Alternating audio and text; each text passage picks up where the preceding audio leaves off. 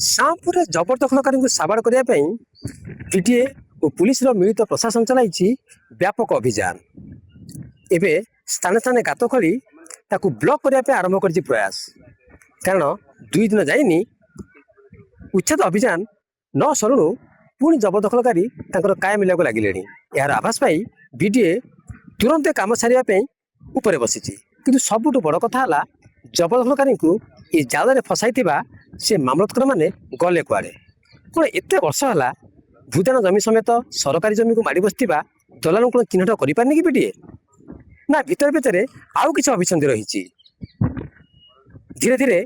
एभली वीआईपी लेन करवा विशेषकर लेन 1 लेन 2 मारिकी से पूजा करवा लक्ष लक्ष टंकार जगह किना बिका नहीं कि पाखापाखि 5 वर्ष है क्राइम ब्रांच में मामला गड़ुची ये 68 एकर जमी किना बिकार घोटाला करी जो मैंने अच्छा पाखापाखि श्यामपुर अच्छा नुआ गाँव अच्छा से आज जाए पुलिस मत ठाब कर पार ना तेणु गोटे पटे बीडीए एवं अन्य पटे पुलिस ये मिलित अभियान सरकारी जबरदखलकारी को साबाड़ करता बेले अंपटे एम अफिस विराट बड़ प्रश्न सृष्टि होती। भुवनेश्वर कैमरा पर्सन राजा प्रदीप नायक नक्षत्र न्यूज।